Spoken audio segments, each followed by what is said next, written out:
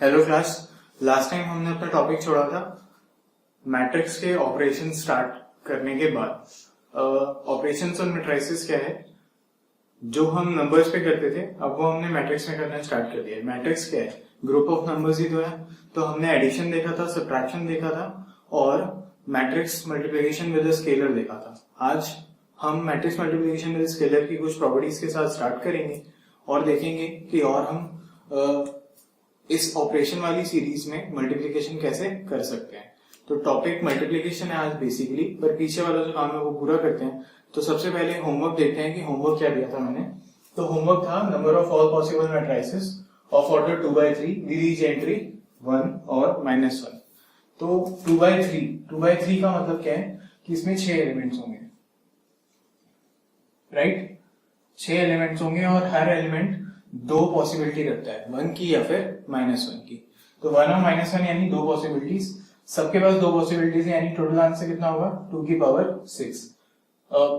अगर आप मान लें कि 6 प्लेसेस ब्लैंक है क्योंकि 6 एलिमेंट्स हैं, तो पहले प्लेस पे 2 आ सकते हैं, इस पे भी कोई भी 2 आ सकते हैं, कोई 2 आ सकते हैं, कोई भी 2 और कोई भी 2। तो फाइनल आंसर विल बी 2 की power 6 which is 64. So this is the answer for homework question 1.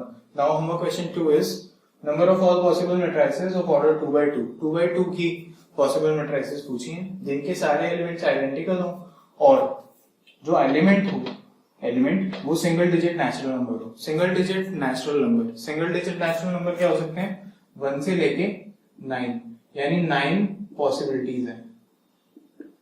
9 number जो है आपके पास आ सकते हैं 1 से 9, ठीक है। और साथ में क्या बोला है? 2/2 की मैट्रिक्स होनी चाहिए। तो 2/2 की मैट्रिक्स दिखती है ऐसी, ये 2/2 की मैट्रिक्स है। क्या बोला है कि ऑल एलिमेंट्स आइडेंटिकल होने चाहिए। अच्छा, आइडेंटिकल बोला है यानी एक अगर यहाँ पे आपने कोई नंबर ले लिया तो इनके पास कुछ और होने का ऑप्शन नहीं है। लेकिन इसके पास कितने ऑप्शन है? पहला सिलेक्शन कितने तरीके से किया जा सकता है? पहले सिलेक्शन के लिए 9 पॉसिबिलिटीज है, उसके बाद 1, फिर अगले के पास भी 1, इसके पास भी 1। तो finally using fundamental rule of multiplication हमारे पास क्या आता है? 9 into 1 into 1 which is equal to 9, ठीक है। तो ऐसे 9 मैट्रिसेस जो है पॉसिबल है, ठीक है। Next was homework question 3। 156250 elements हैं अगर, ठीक है, तो नंबर ऑफ पॉसिबल मैट्रिसेस क्या होंगी? तो 156250 है तो आपको इसको प्राइम फैक्टराइजेशन करना पड़ेगा। आप प्राइम फैक्टराइजेशन करोगे तो हमें कुछ चीजें याद रहती हैं, जैसे कि ये 125 का क्यूब है, ठीक है। 125 का क्यूब है अगर, तो ये 5 की पावर 3 125 का square into 5 into 2, this is 125 का स्क्वायर। 125 in itself is 5 की 3, तो 5 की 3 की 2 यानी 5 की 6, 6 plus 1 7, ये आ जाता है 5 की 7 into 2। 5 की 7 into 2 क्या आ रहा है? इसका प्राइम फैक्टराइजेशन आ रहा है, ठीक है। इसका प्राइम फैक्टराइजेशन अगर इतना आ रहा है तो इसके टोटल नंबर ऑफ फैक्टर्स कितने हो सकते हैं? फैक्टर्स ऑफ n ये हो जाएंगे 7 plus 1 into 1 plus 1। ये कैसा है? ये हमने लास्ट क्लास में डिस्कस किया था, प्लस ये पीएनसी का भी कॉन्सेप्ट है, ठीक है। तो if you want to refer, आप लास्ट वाला लेक्चर रेफर कर लो, मेरा लेक्चर 2 मैट्रिसेस का, वहां से आपको पता चल जाएगा कि ये एक्चुअली क्वेश्चन क्या है। और इससे रिलेटेड हमने काफी सारे क्वेश्चंस लास्ट टाइम किए थे। तो this is 8 into 16, okay good है ना। ये 16 है, तो अब हमें पता है नंबर ऑफ पॉसिबल मैट्रिसेस कितनी है? 16 इज योर करेक्ट आंसर, ठीक है।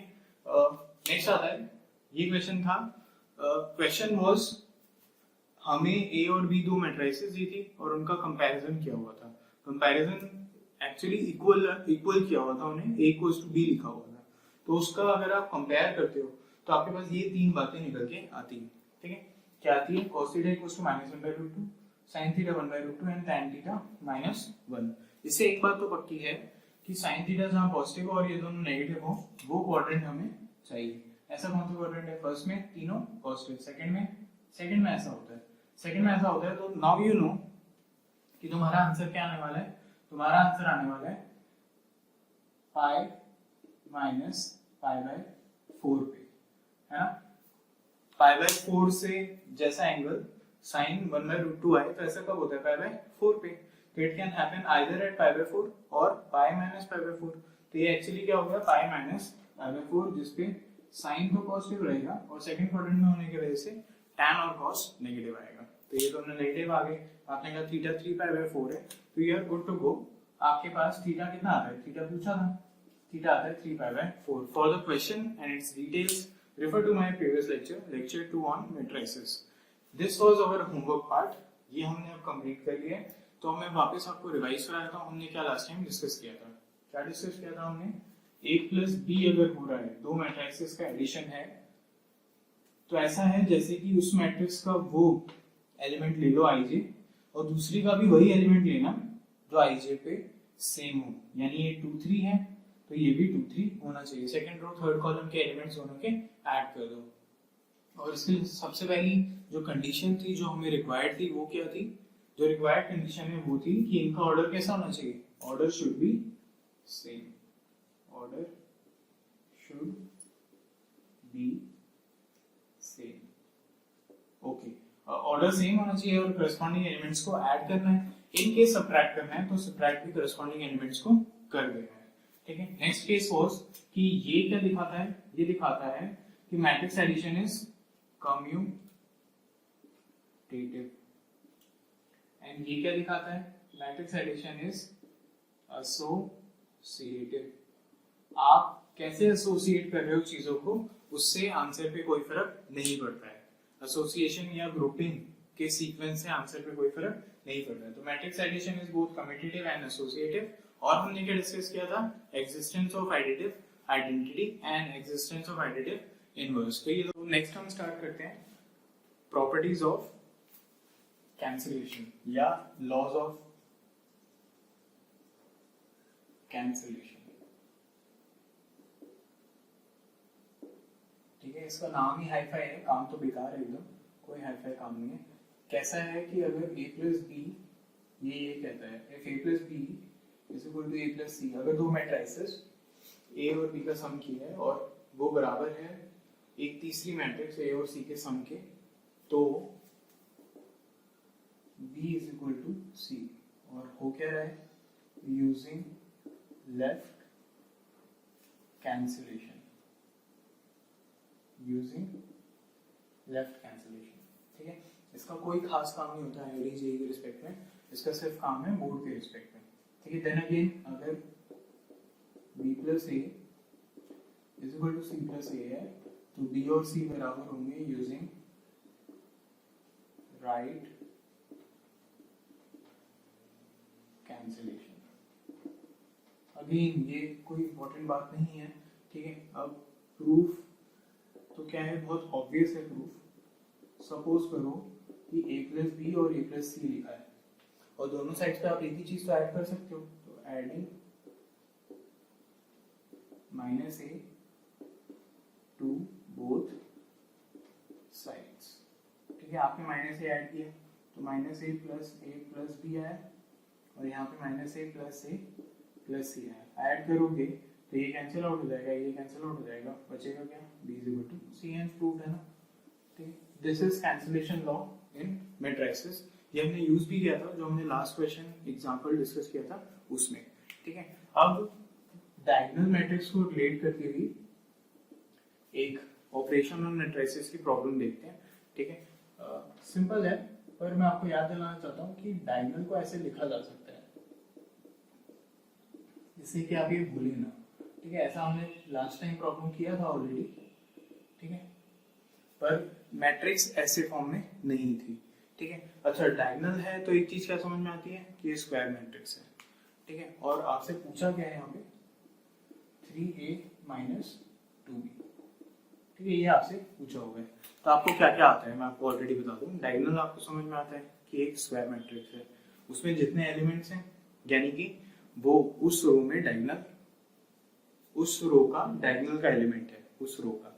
ठीक है, तो a एक्चुअली कैसी दिखती होगी आपको, ये एक्चुअली दिखती होगी ऐसी 1 0 0 0 -1 0 एंड 0 0 2। सिमिलरली b कैसी दिखेगी, b मैट्रिक्स होगी 3 0 0 0 0 0 0 0 -1।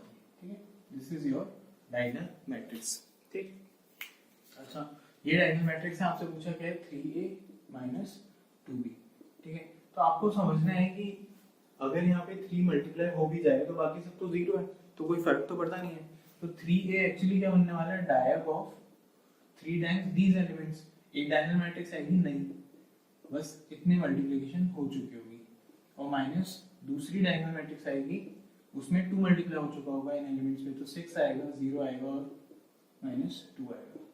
और क्योंकि करस्पॉन्डिंग एलिमेंट्स वाली बात अभी हमने रिवाइज की थी, ठीक है, कि अगर a प्लस b है तो a का वही एलिमेंट b में ऐड होगा जिनकी लोकेशन जो है सेम है मैट्रिक्स में, ठीक। तो ये आपके पास क्या आता है, 3 - 6, तो कितना होगा, -3 -0 अगेन -3 6 - 2 प्लस का 4। तो ये आपके पास फाइनल आंसर आ गया। तो ये सब काम करने की जरूरत नहीं है, आप जल्दी से इतना काम जो है लिख सकते हैं, ठीक है। तो ये आ गया 0 0 4, दिस इज योर आंसर, ठीक है। आप ट्राई करना चाहें तो ये काम कर सकते हैं कि आप फाइंड करें डायग ऑफ a अगर 1 - 1 2 1 - 1 2 दिया है, सॉरी ये ऐसे लिख लेते हैं, नोटेशन जो है,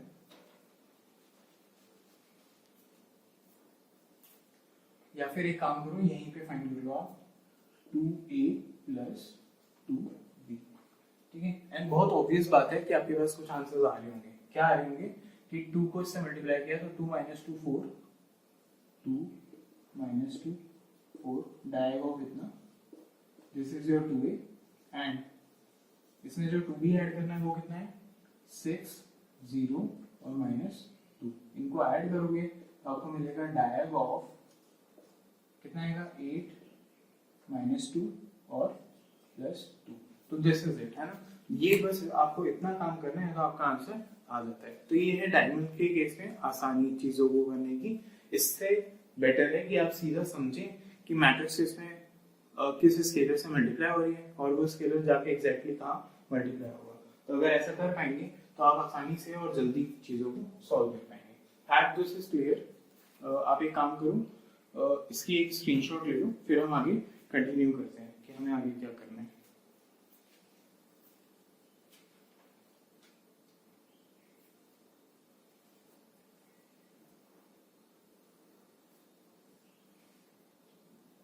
ठीक है, स्क्रीनशॉट ले लिया होगा आई होप। तो नेक्स्ट हमारे पास क्या है, नेक्स्ट है स्केलर मल्टीप्लिकेशन जो हमने पढ़ा था। ये जो स्केलर मल्टीप्लिकेशन है इसकी प्रॉपर्टीज देख लेते हैं कि इसकी प्रॉपर्टीज क्या है।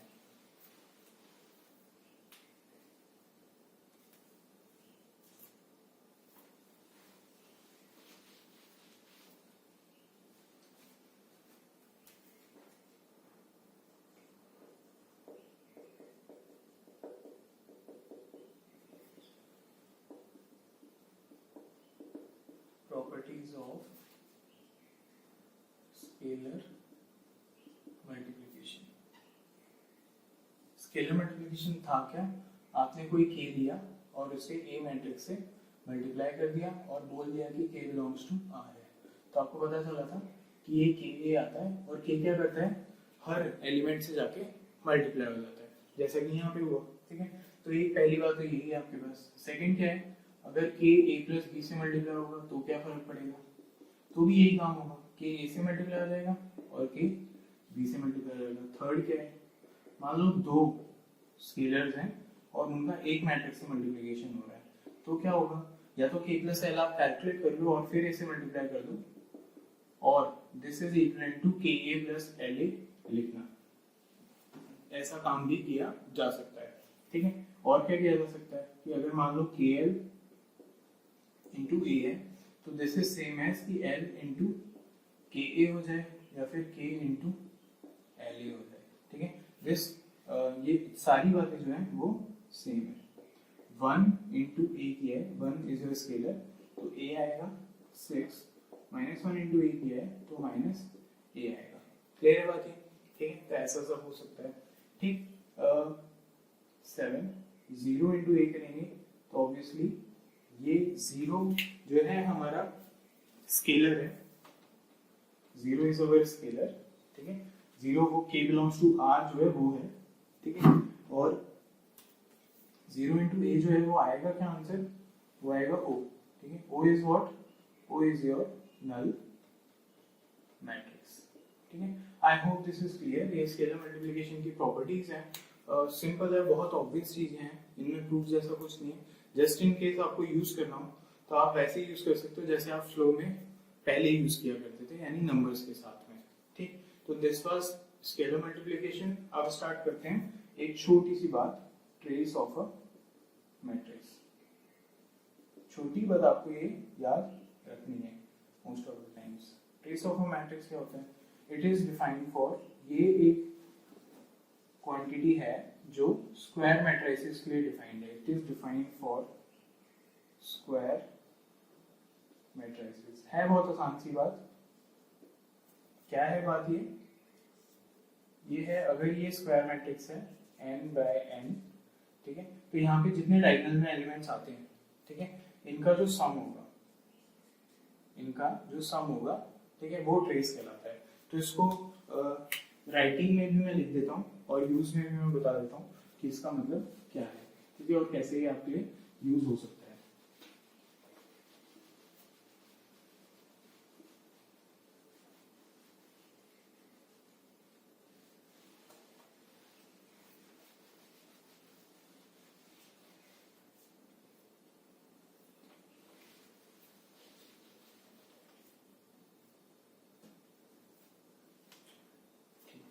Trace is trace of A। कैसे रिप्रेजेंट किया जाता है इसे?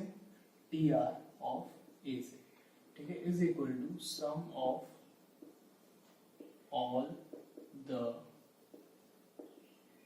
Diagonal elements of A। ठीक है, कुछ इसकी प्रॉपर्टीज भी देखेंगे, वो भी काफी ऑब्वियस प्रॉपर्टीज हैं। तो पहले देख लेते हैं example. Suppose A is given to you as 2 minus 3 5 4 1 0 0 1 minus 2, then trace of A will come out to be 2 plus 1 plus minus 2। Clear है बात? ठीक है, नेक्स्ट और क्या हो सकता है? ठीक है, A मैट्रिक्स आपकी सपोज ये है, x square y square minus xy 2y 6 0 8y minus 9x minus 5x। Suppose trace of A is given to be 0। तो आपको क्या पता चलता है? ट्रेस ऑफ A अगर 0 है तो आपको पता है इन एलिमेंट्स का सम ही तो 0 है। आप बोलते हो x square minus 5x plus 6 should be 0। If this is 0, then x is coming out to be, कितना आ जाएगा x? 2 और 3 आ जाएगा। यहाँ पे आपसे पूछा था कि x की वैल्यू क्या है। ठीक है, तो ऐसी सिंपल बातें प्लस कुछ और डिटरमिनेंट्स में जाके जो हम एक्सप्लोर करेंगे, ऐसी कुछ बातें हम ट्रेस में आगे इन्वॉल्व करेंगे। प्रॉपर्टीज क्या है? Properties of trace. प्रॉपर्टीज क्या है?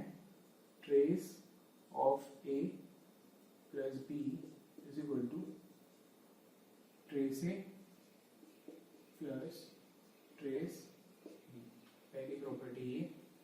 Second, trace of A B C is equal to trace of B C A is equal to trace of C B. ठीक है, ये स्क्वायर मैट्रिसेस जिनका मल्टीप्लिकेशन पॉसिबल है। तो मल्टीप्लिकेशन रिलेटेड प्रॉपर्टी है, इसलिए हमें थोड़ी अभी तकलीफ हो सकती है समझने में, पर जैसे ही मल्टीप्लिकेशन पढ़ते हैं तो हम इसे इन्वॉल्व कर लेंगे एज एन एग्जांपल। ठीक है, फिर then third property is KA has trace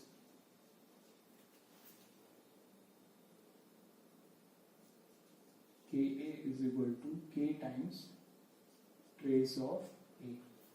ठीक है, अगर आपने किसी स्केलर से मल्टीप्लाई कर दिया है ए मैट्रिक्स को, तो आपको क्या करना है? के ए का जो ट्रेस होगा वो इतना ही होगा जितना के को आप ट्रेस से मल्टीप्लाई कर दो। ठीक है, ये बहुत ऑब्वियस बात है, तो ये भी हमें समझ में आ जाती है।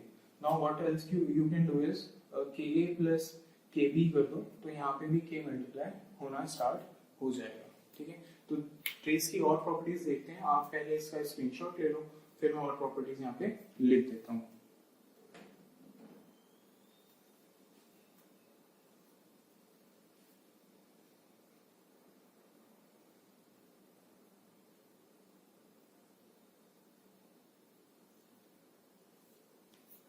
आई होप आपने स्क्रीनशॉट ले लिया होगा। इसको क्लियर कर देते हैं बोर्ड से।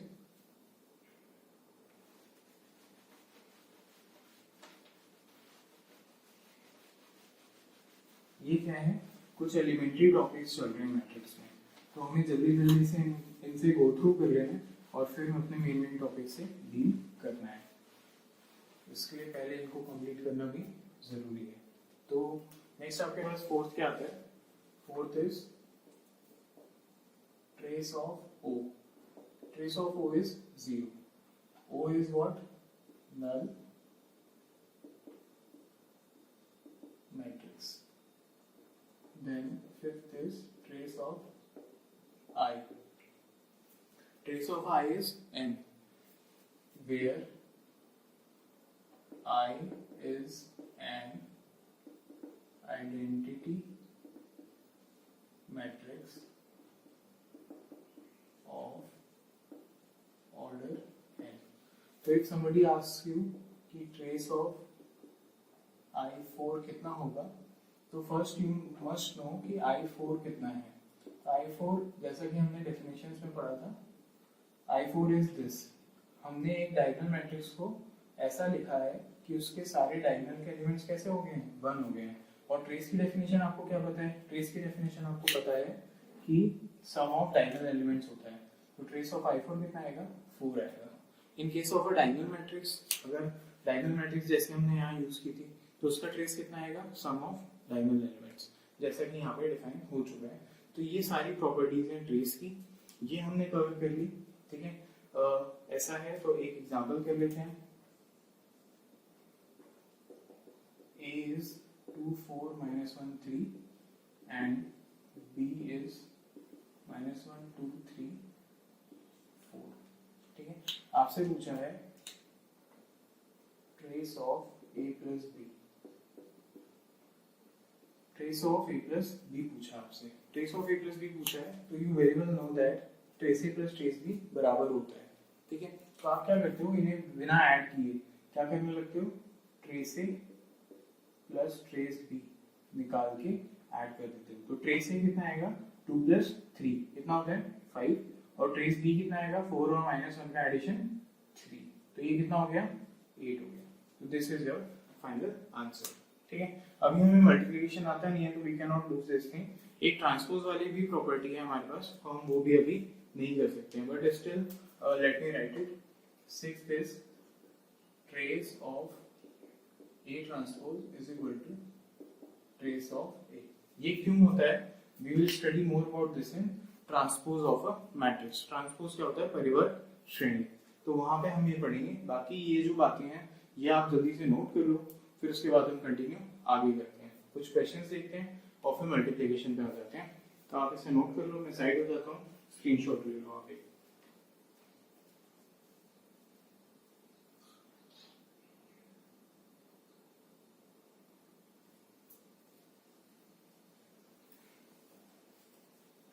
चलो, आई होप आपने नोट कर लिया होगा।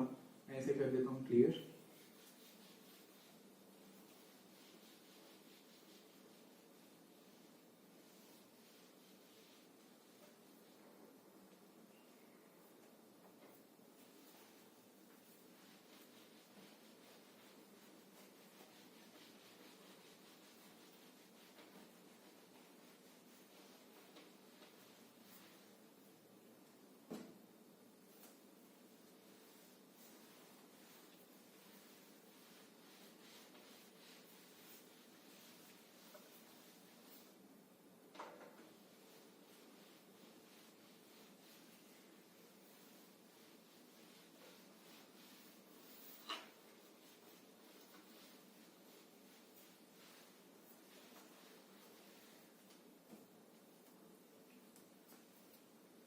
तो नेक्स्ट है हमारे पास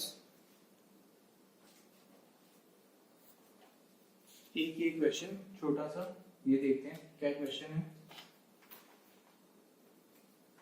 solve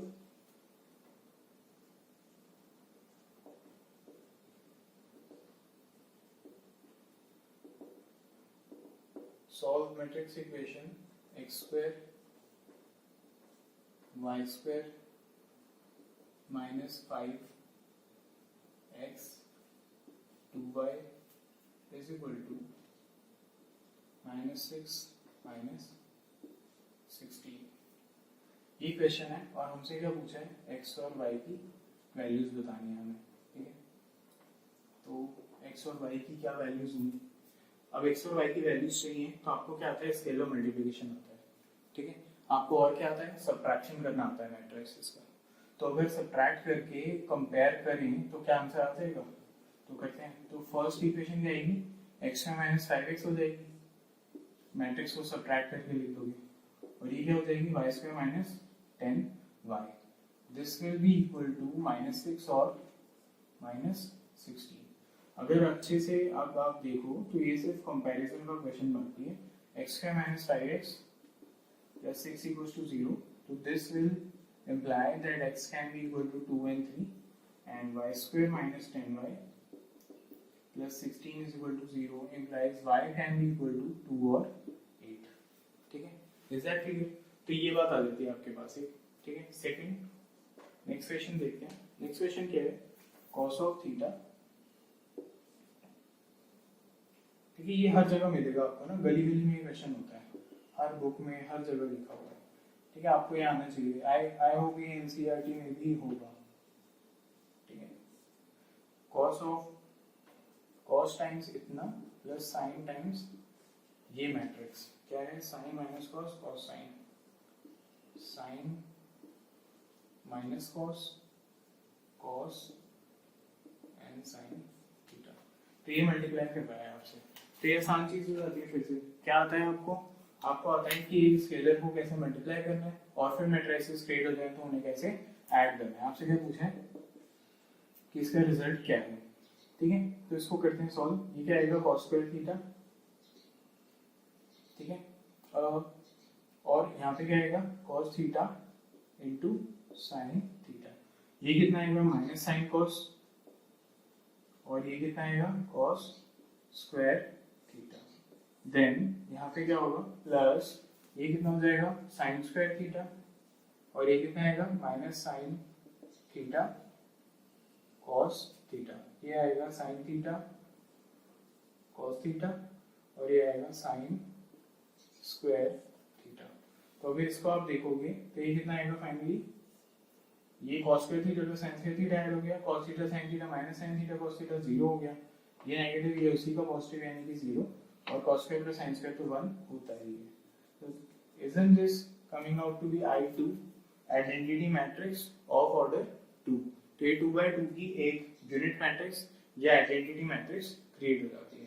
तो ये आसान सवाल है स्केलर मल्टीप्लिकेशन पे बेस्ड, ठीक है। ऐसे कुछ क्वेश्चंस जो हैं ये हमें करने आने चाहिए, और थोड़ी बहुत कंपैरिजन तो हमें आनी ही चाहिए, ठीक है। कंपैरिजन के क्वेश्चंस तो हमने लास्ट टाइम भी किए थे, ठीक है। तो क्विज में हम काफी सारे क्वेश्चंस कर रहे हैं ऑलरेडी, टेलीग्राम चैनल जो है उस पे मैथ्स बाय सृजन, उस पे ऑलरेडी हम क्विज हर मंडे कर रहे हैं, ठीक है। हमारे 2 लेक्चर्स ऑलरेडी कंप्लीट हो चुके हैं और ये 3rd लेक्चर है हमारी मैट्रिसेस की सीरीज का। मैंने जो टेलीग्राम चैनल है उस पे शेड्यूल पोस्ट कर दिया है कि कैसे हम 12th के लिए प्रिपेयर करने वाले हैं, ये जो 12th हमारी चल रही है बैच, ठीक है। और वो आप देख सकते हो वहाँ पे, चैनल इज ओपन। चैनल का जो लिंक है वो मैं डिस्क्रिप्शन में डाल देता हूँ सारी वीडियोस के, ठीक है। तो वहाँ से भी आप जा सकते हो। एक 11th का बहुत सही टेस्ट सीरीज हमने स्टार्ट की थी, तो उसमें एक फुल टेस्ट जो ओपन रखा था, ठीक है, उसका भी लिंक आपको ओपन टेस्ट के सॉल्यूशन वाले सेक्शन में मिल जाएगा, या फिर अगर आप चैनल पे जाओगे तो वहाँ पे भी है लिंक, ठीक। तो उस ग्रुप में जाके आप देख सकते हो, अच्छे 25 क्वेश्चन हैं करने के लिए 11th क्लास के स्टूडेंट्स के, जो भी पास आउट हुए हैं, या इवन अगर आप टॉपर हो तो भी आप वो काम कर सकते हो, ठीक। नेक्स्ट स्टार्ट करते हैं। देखो नेक्स्ट क्या है, वही जो मोस्ट अवेटेड हमारा काम है, मल्टीप्लिकेशन, ठीक है। मल्टीप्लिकेशन ऑफ मैट्रिसेस जो है ये ऐसा काम है कि आप कंसेप्चुअली समझ जाओ कि क्या हो रहा है, ठीक है। कंसेप्ट में ज्यादा इसके अंदर ना जाओ ना, तो आपका जितना भला हो सकता है उतना तो और किसी चीज से नहीं हो सकता, ठीक है। ये ऐसा कंसेप्ट है, ठीक। और जैसा कि मैंने आपको बताया कि ये क्या है, बेसिक है। बेसिक किस चीज के लिए, जो आप हायर स्टडी करने वाले हो मैट्रिक्स अलजेब्रा में, उसका बेसिक है। तो आपको क्या समझना है कि कैसे मल्टीप्लाई हो रहा है, बस आपका काम खत्म हो जाता है इतने में। और थोड़े लिटिल बिट सीख लेने हैं कि प्री मल्टीप्लाई होता है क्या, पोस्ट मल्टीप्लाई होता है क्या। तो वो रूलिंग जो है चीजों की, वो तो ऑलरेडी मैं क्लियर करने वाला हूँ, ठीक है। पर अगेन अगर आप इस चीज में ना पढ़ो कि ये कैसे हो रहा है, ठीक है, तो आपका बहुत भला हो सकता है, ठीक। तो और कोई मतलब नहीं है कि कैसे हो रहा है, उसका किसी सवाल से कोई मतलब नहीं है। Matrices is mix with PNC और फिर पूछा जाता है डिटरमिनेंट्स पीएनसी से मिक्स होगा, मतलब क्यूब रूट ऑफ यूनिटी और इनका तो ऐसा नाता है कि मतलब आपका आपकी बुक से भी नहीं होगा ऐसा, है ना, अगर आप बहुत पढ़ रहे हो तो भी, ठीक। चलो, तो मल्टीप्लिकेशन ऑफ मैट्रिसेस में पहले तो रूल देख लेते हैं कि रूल क्या है, ठीक है। रूल है रो बाय कॉलम, है ना। अनमिंसिंगली ये है, अनमिंसिंगली मतलब विदाउट मिक्स किए हुए, विदाउट किसी कंफ्यूजन के, ठीक है। रूल ये है। कंडीशन क्या है, कंडीशन है कि अगर मल्टीप्लिकेशन हो रहा है तो देखो दो मैट्रिक्स साथ आएंगी, मल्टीप्लिकेशन हो रहा है तो, ठीक। तो जो पहली मैट्रिक्स है उसका, सपोज कर लो, इसको क्लियर करते हैं, थोड़ा स्पेस क्रिएट करते हैं बीच में। जो पहली मैट्रिक्स है उसका ऑर्डर जो है वो m/n है, और जो दूसरी मैट्रिक्स है जिससे ये मल्टीप्लाई हो रही है उसका ऑर्डर है p/q, ठीक है, ऐसा है। देन AB is possible IFF if and only if, कब पॉसिबल होगा AB A into B, जब n P के बराबर होगा और number of columns in A is equal to number of rows in B। इसका लॉजिक अभी आने वाला है सामने, ठीक है। वो रूल में आपको पता चलेगा, ठीक है, कि हाँ ऐसा होना ही चाहिए ना, वरना कैसे होगा सॉल्व, ठीक। तो और number of columns in A is equal to number of rows in B, ये बात आपको समझ में आई, ठीक। तो यानी कि आप कहते हो कि ऐसा होना चाहिए A m/k और B k/p, सही बात है। Number of columns number of rows के बराबर है, आराम से मल्टीप्लिकेशन होगा। आपके मन में सवाल आता है कि क्या B A हो सकता है, नहीं, फिर से वही कंडीशन लगेगी। B का क्या है, p/q है, और A का क्या है ऑर्डर, m/n है, ठीक है। तो इसका मल्टीप्लिकेशन अगर होना है implies BA is possible if and only if, क्या, जो पहले लिखा हुआ है उसके number of columns is equal to जो बाद में लिखा हुआ है उसके नंबर ऑफ रोज बराबर हो, ठीक है। इसको वर्ड्स में हम पहले लिख चुके हैं तो दोबारा लिखने की जरूरत नहीं है, ठीक है। अच्छा, यहाँ पे भी मल्टीप्लिकेशन पॉसिबल है क्योंकि ये दोनों बातें बराबर है, ये इसके बराबर है, ठीक है। क्या ये दोनों बराबर है, नहीं, बराबर होंगे तो मल्टीप्लाई होगा, हाँ हो जाएगा, बी ए आ जाएगा, ठीक है। अच्छा, तो ये आ जाता है आपके पास ए बी और बी ए। अच्छा, एक नंबर्स और ग्रुप ऑफ नंबर्स, ये क्या है, मैट्रिक्स क्या है, ग्रुप ऑफ नंबर्स है। और नंबर्स एक अलग चीज होती है, आप देख रहे हो, है ना, हर चीज एक जैसी नहीं चल रही मैट्रिक्स में और नंबर्स में, ठीक। तो एक कंपैरिजन और आता है, ठीक है, जिसमें आपको फिर से बिल्कुल भी कंफ्यूज नहीं होना है और क्रिस्प क्लियर रखना है, एकदम कड़क, ठीक है, कि ऐसा ही होता है ना। तो वो क्या बात है, वो देखते हैं।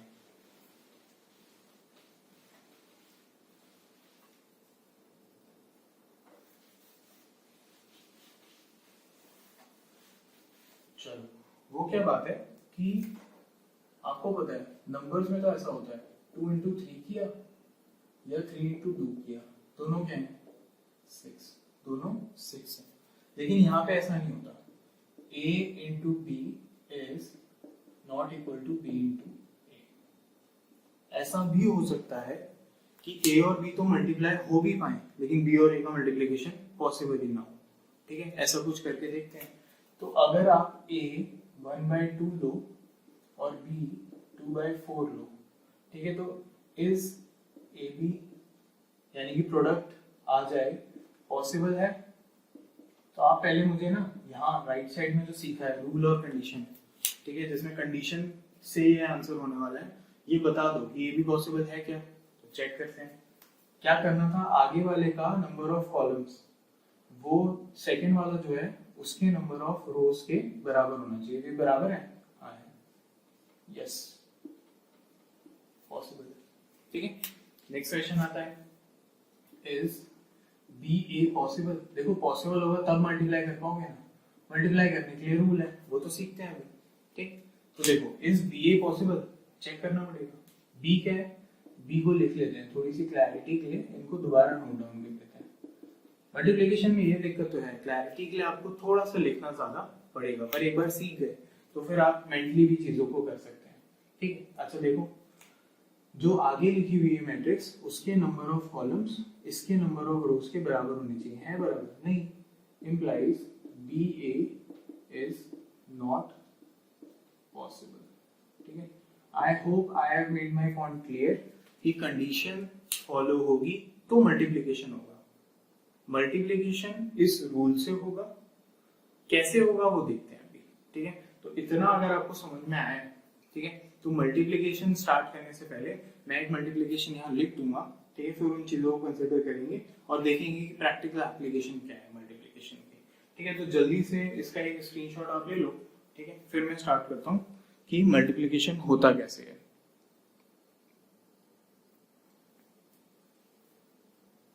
बढ़िया है ना, स्क्रीनशॉट आपने ले लिया होगा। इसको मैं जल्दी से हटा देता हूँ, ये वाली साइड को है ना, वो तो लिखे रहने तो चलेगा, रेफरेंस के लिए काम आएगा।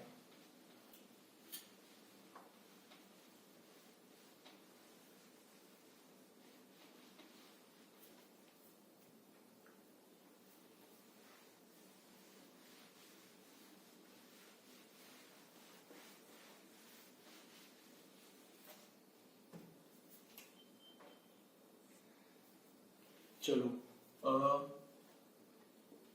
अगर मैट्रिक्स लिखी हुई है 1 2 -1 3 और यहाँ लिखा हुआ है ए बी पी क्यू, तो पहले तो आप मुझे चेक करके बताओ कि क्या ये मल्टीप्लाई हो सकता है। तो आप क्या करोगे, ऑर्डर लिख लोगे। क्या ये इसके बराबर है? हाँ है, मल्टीप्लाई तो होगा। ठीक है, मल्टीप्लाई होगा रो बाय कॉलम। ठीक है, तो रो बाय कॉलम का क्या मतलब है वो मैं एक्सप्लेन करता हूँ। रो बाय कॉलम का मतलब है कि आपको इसकी रो उठानी है और यहाँ का कॉलम उठाना है और फिर उनको मल्टीप्लाई करना है। तो जरा उठा के देखें कैसे होगा मल्टीप्लाई। ए बी, ठीक है, रो बाय कॉलम और आराम से मल्टीप्लाई करना है। ठीक है, रो बाय कॉलम और ऐसे मल्टीप्लाई कर रहे हो जब, तो करना क्या है, 1 को ए से मल्टीप्लाई करना है, 1 इंटू ए प्लस 2 प्लस 2 इंटू पी। ठीक है, दिस इज योर प्रोडक्ट। ये जो है प्रोडक्ट आया आपके पास, तो ये कितना आया, ये आ गया a प्लस 2p। ठीक, अच्छा फिर से रो बाय कॉलम करना है। तो अब देखो रो 1 जो है वो आपने कॉलम 1 से मल्टीप्लाई कर दी। अब क्या पॉसिबिलिटी है रो बाय कॉलम की कि रो 1 कॉलम 2 से मल्टीप्लाई हो जाए, तो वो कर लेते हैं।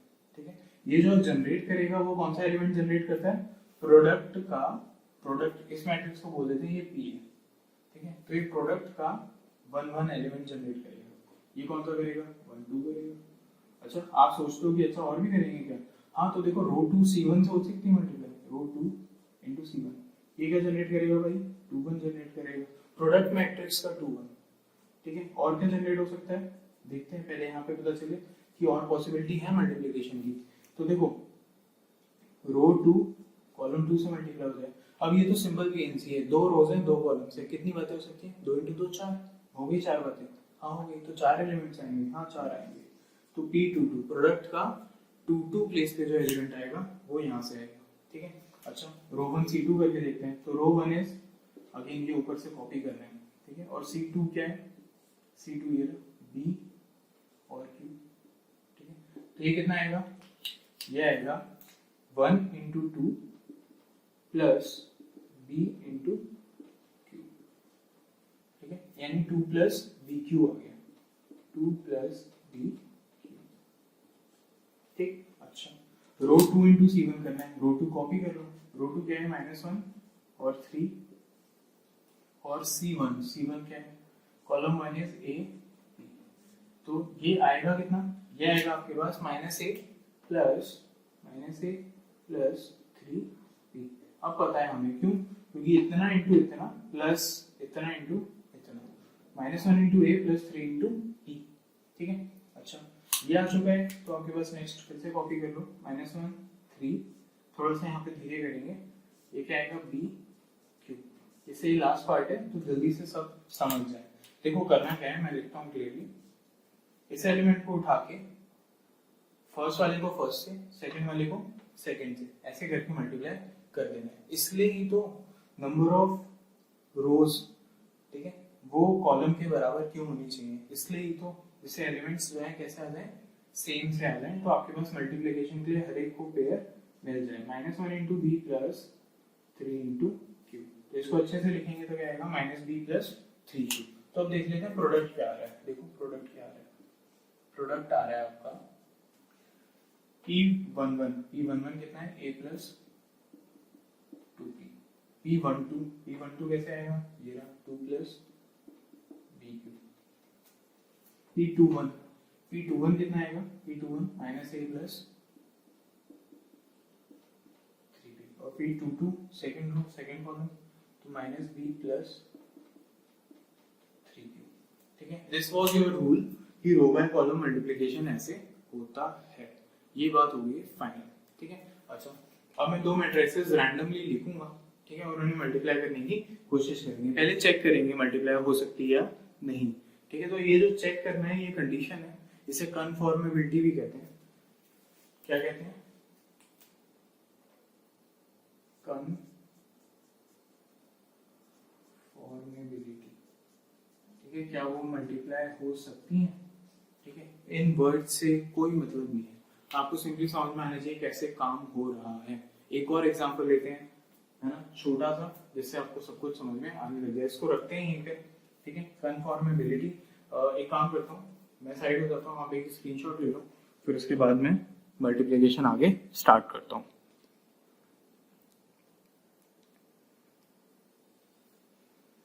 चलो गुड, आई होप आपने स्क्रीनशॉट ले लिया होगा। रूल याद रखेंगे, रो बाय कॉलम है, ठीक है। रखते हैं चलो इसे।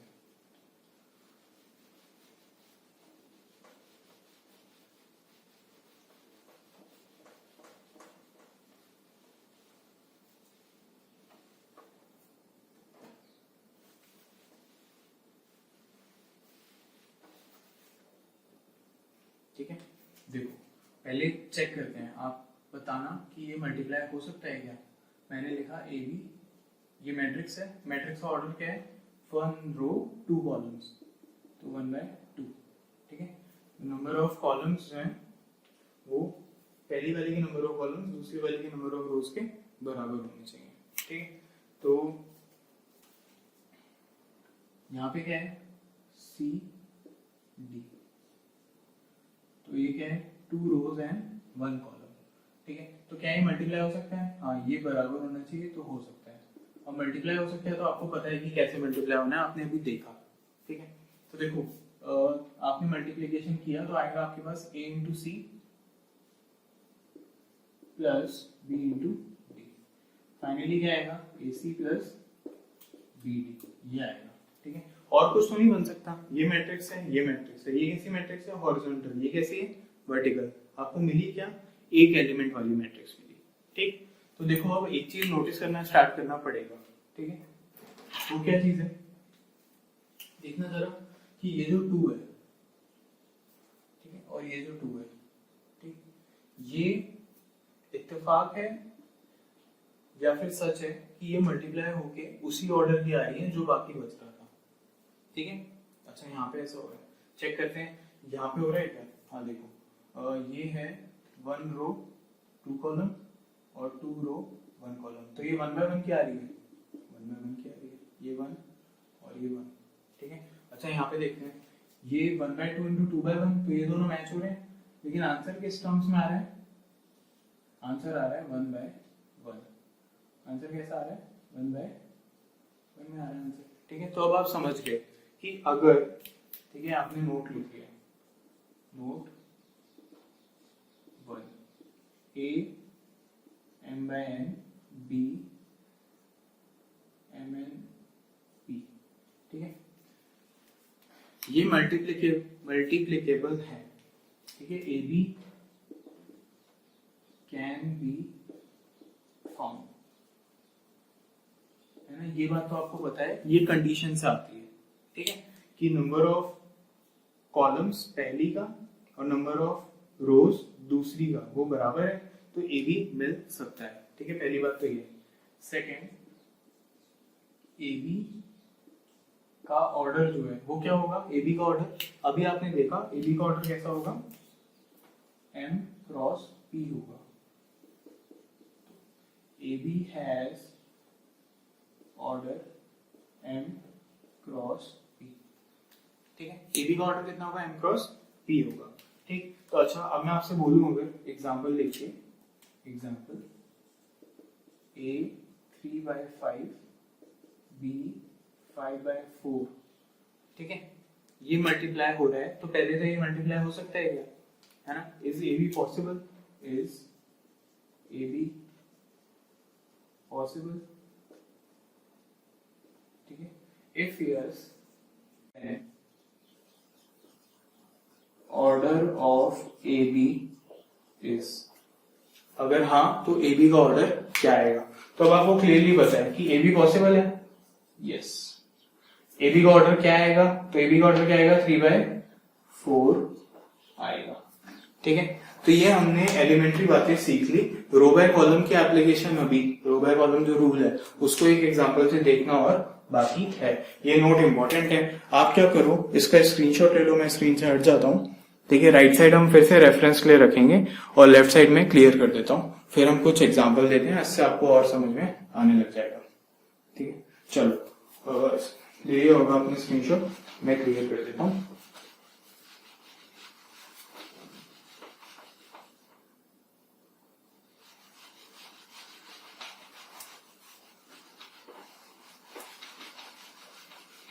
तो अभी तक जहां आपको मल्टीप्लाई करना बस पता ही था, अब आप ये भी सीखे हो कि जो मल्टीप्लाई होके आ रहा है उसका ऑर्डर क्या है। पहले तो आपको यही पता करना था कि मल्टीप्लाई हो रहा है या नहीं, अब आपको ये भी पता है कि जो मल्टीप्लाई होके आएगा उसका ऑर्डर क्या है, तो दिस इज गुड, है ना, ये आप नोट याद रखेंगे, ठीक है। इस पे बेस्ड क्वेश्चन आपकी एक्सरसाइज में भी होगा और वैसे भी ये पूछे जाने जैसा होता है, ठीक है। चलो तो अब एक मल्टीप्लीकेशन देखते हैं, देखो क्या है, दो बच्चे हैं, है ना, एक टिंग है और एक टोंग है, ठीक है, सबकी अपनी जरूरतें होती हैं भाई, है ना। तो टिंग को चाहिए पेन और चॉकलेट, पेन कितने चाहिए 5 और चॉकलेट, है ना, सबकी अपनी प्रायोरिटीज भी होती है। टोंग का क्या सीन है, टोंग को चाहिए 6 पेन और चॉकलेट कितनी 2, ठीक है, ऐसा कुछ है सिनेरियो, ठीक। अच्छा प्राइसेस की बात करते हैं, प्राइसेस पर पीस, एक पीस का क्या दाम है, ठीक है, प्राइसेस पर पीस, ठीक। तो एक पीस का पेन का जो दाम है वो 10 रुपए है, ठीक है, पेन का 10 रुपए है, ठीक। और चॉकलेट का कितना है, चॉकलेट का है महंगी, शॉप महंगी होनी है ना इनके, ठीक है, 25 रुपए की चॉकलेट है, काफी महंगी है ना हिसाब किताब, ठीक। तो चलो प्राइसेस पर पीस ऐसा है, 10 रुपए पर पीस पेन का है, ठीक है, मैं लिख देता हूँ ब्लू पेन से, ये पेन के लिए है और ये किसके लिए, चॉकलेट के लिए, ठीक है। आपसे अगर टोटल ये शॉपिंग कर रहे हैं बच्चे अपनी, तो टोटल एक्सपेंस पूछा हो तो आप निकाल सकते हैं, सिंपल है, ठीक है। कैसे बोलेंगे आप बोलेंगे कि ये जो ये है टिंग भाई है, ठीक है, इन्होंने कितना करा होगा, इनका खर्चा होगा 5 पेन के हिसाब से 10 रुपए प्रति पेन के हिसाब से, 50 रुपए तो पेन पे खर्च हो गया, और 6 इंटू 25 150 और 50 200 रुपए का खर्चा हो गया इनका। ठीक है, अच्छा ये अगले टर्म इनका क्या सीन है, 6 इंटू 10 प्लस 2 इंटू 25, चॉकलेट का हिसाब किताब ऐसा है इनका। 60 रुपए इनके यहाँ खर्च हो रहे हैं और 50 यहाँ खर्च हो रहे हैं, 110 है ना। पढ़ने वाले लोगों को पता चल जाता है ना।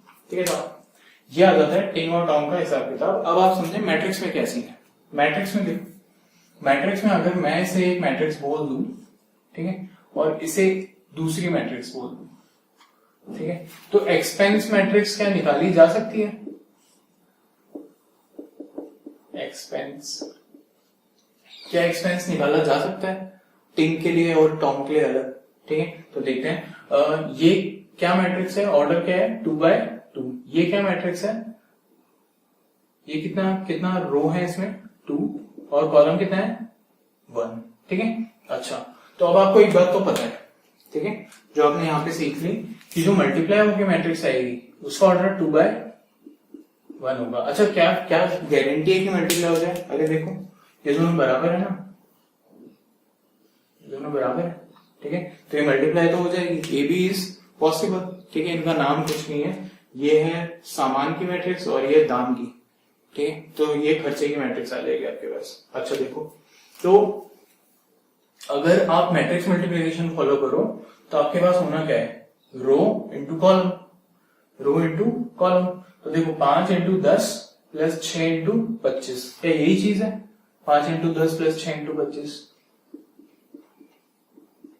Plus 6 into 25। ठीक है, और यहाँ पे क्या है 6 इंटू 10 प्लस 2 इंटू 25। ठीक है, ये आपका आ जाता है एक्सपेंस मैट्रिक्स।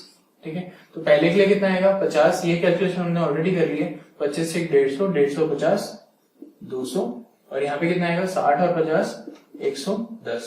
ठीक है, तो ये इनके एक्सपेंस आ जाते हैं। ठीक है, तो क्या किया आपने, प्राइस पर पीस की ऐसी मैट्रिक्स बनाई, ठीक है, और जो उन्हें आइटम्स खरीदने थे, ठीक है, उनकी ऐसी मैट्रिक्स बनाई, इनको मल्टीप्लाई किया तो आपके पास एक एक्सपेंस मैट्रिक्स आ गई। तो दिस इज हाउ प्रैक्टिकली ये थोड़ा हेल्पफुल हो जाता है और इस पे क्वेश्चन होगा। ठीक है, इस पे ऑब्वियसली इस बात पे क्वेश्चन ही क्रिएट किया जाएगा। ठीक है, फंड्स की इन्वेस्टमेंट में किया जा सकता है, आपने कोई कैंपेन चलाया है, ठीक है, आपको लग रहा है कि आप प्रचार करना चाहते हो अपना, ठीक है, तो इंस्टाग्राम के कैंपेन से इतना होगा, ठीक है, यूट्यूब से इतना होगा, आपको पता है कि पर पर्सन इतना खर्चा आ रहा है और आपके पास नंबर ऑफ पर्सन है, प्रति पर्सन खर्चा है आपके पास। ठीक है, आप मल्टीप्लाई करोगे तो आपके पास टोटल खर्चा आ जाएगा, तो आप कंपेयर कर सकते हो। तो आपको मैट्रिक्स में क्या करना है, मैट्रिक्स में सिंपल क्या करना होगा, एंट्रीज करनी होगी। ठीक है, कि इंस्टाग्राम पे इतने लोग, यूट्यूब पे इतने, ये इंस्टाग्राम का खर्चा, ये यूट्यूब का खर्चा, मल्टीप्लाई करा, यहाँ पे आपके पास आंसर आ गया। ठीक है, ऐसा कुछ है ना, तो ये एप्लीकेशन आ जाती है रियल लाइफ। ठीक है, इसमें से एक मैंने आपको एक्सप्लेन करने की कोशिश की है। ठीक, this was multiplication of matrix for you. ठीक है, ये हमने सीखा है अभी। ठीक है, तो एक एग्जांपल जो है आपको होमवर्क देता हूं मैं। ठीक है, ये क्या है 1 2 -3 5। लेट्स सी ये हो पाता है या नहीं, इसको तो बल्कि अभी सॉल्व कर लेते हैं। ठीक है, ये कितना आएगा, अभी मैट्रिक्स मल्टीप्लिकेशन के बारे में हमें पढ़ना बाकी है, अभी तो हमने बस सीखा है कि अच्छा ऐसा होता है। एक चीज सीखी कि ए बी ए के बराबर नहीं होगा जनरली। ठीक है, एक चीज सीखी कि ए बी का ऑर्डर कितना आएगा अगर ए बी हो सकता है तो, और ए बी होगा या नहीं ये हमने देखा कि ए बी कैसे हो सकता है, वो कंडीशन से हमें पता चला था। ठीक है, तो इसका आंसर पूछा आपसे, तो आप तो जानते हो कि ये 2/2 है। ठीक है, और ये क्या है 2/1, तो ये बराबर है, तो आंसर तो आएगा। ठीक है, किस ऑर्डर का आंसर आएगा, 2/1 ऑर्डर का आएगा। 2/1 का आएगा तो क्या करना है, रो को कॉलम से मल्टीप्लाई, तो देखो row column 1 into 1 plus 2 into 0 -3 into 1 plus 0 into 5 is 0। ठीक है, तो फाइनली आपका आंसर क्या आ गया, फाइनली आ गया 1, यहाँ पे आ गया -3। तो ये आपका आंसर आ जाता है। ठीक है, तो अब आपका होमवर्क जो है वो मैं ग्रुप पे, जो टेलीग्राम पे चैनल है और ग्रुप है दोनों, उन पे शेयर कर दूंगा मैं। ठीक है, और ये हो जाता है मैट्रिक्स मल्टीप्लिकेशन स्टार्ट। ठीक है, अभी से स्टार्ट किया है हमने, तो इस पे बेस्ड जितने क्वेश्चंस बनते हैं मल्टीप्लिकेशन की स्टार्टिंग पे बेस्ड जितने, ठीक है, वो सब मैं एनसीईआरटी में से निकाल के आपको दे दूंगा। नेक्स्ट क्विज में इस पे अच्छे अच्छे क्वेश्चंस देखेंगे, और जो कल लेक्चर है उसमें इसको आगे फॉर्मली भी एक बार देखेंगे कि फॉर्मली कैसे किया जा सकता है चीजों को। तो ये लेक्चर आपका अपलोड हो जाएगा अभी, ठीक है, 6 से 7 के बीच में। जैसा कि मैंने बोला है, ये नेट प्रॉब्लम की वजह से थोड़ा बहुत जो है शफल हो जाता है टाइमिंग, थोड़ा बहुत, है ना, तो उसको थोड़ा आप ध्यान में रखें। एंड एक और बहुत इंपॉर्टेंट मैसेज, कि जिससे कि क्वालिटी लेक्चर्स की और साथ में आपकी पढ़ाई की भी बनी रहे, तो एक स्टेप मैंने सोचा है कि इन लेक्चर्स को 36 आवर्स 36 घंटे में, ठीक है, इनको अनअवेलेबल कर दिया जाएगा। ठीक है, ये पहले ओपन ही पोस्ट होंगे, पर उसके बाद इन्हें अनअवेलेबल कर दिया जाएगा, जिससे टाइम बाउंड स्टडी हो, विच इज वेरी इंपॉर्टेंट। और even I am thinking about reducing it to 22 hours. 22 hours से क्या फायदा है कि आप अगले लेक्चर से पहले इसे देख लो। ठीक है, ये इंपॉर्टेंस है इस चीज की। ऐसा ना हो कि 4 दिन लेक्चर अपलोड हो रहे हैं, चौथे दिन आप सैटरडे या संडे बैठ के चारों लेक्चर्स देख रहे हो, फिर आप बोर हो जा रहे हो और आप स्किप कर दे रहे हो चीजों को। तो ये रिड्यूस करने के लिए, ठीक है, और टाइम बाउंड आपको रखने के लिए ये स्टेप लेना बहुत जरूरी है। तो I will discuss in group कि क्या रखना चाहिए, इसका टाइमिंग ओपन रखना चाहिए कितने टाइम। ठीक है, और ओपन ये बाद में भी किए जा सकते हैं, जब आपके एग्जाम्स आते हैं, आपको कोई रेफरेंस चाहिए, ठीक है, तो आप मुझे बता सकते हो। I will open it for particular individuals, जो मुझे बोलेगा कि सर मुझे जरूरत है, तो उसे लिंक दे दिया जाएगा। ठीक है, एज सिंपल एज दैट। ठीक है, बट फिलहाल की डिमांड ये है कि ऑफलाइन जैसा कंट्रोल नहीं है, आप पढ़ रहे हो नहीं, ये नहीं पता चलता है, तो इतना काम करना बहुत जरूरी हो जाता है। तो वी विल फिक्स इट, 22 या 36 क्या रखना है वो डिस्कस करते हैं ग्रुप में। ठीक है, till then take care, stay home, stay safe, and इसको पढ़ो जल्दी से, और फिर बताओ क्या डाउट्स आ रहे हैं और क्या नहीं, ग्रुप पे आते हैं। ठीक है, ओके, थैंक यू।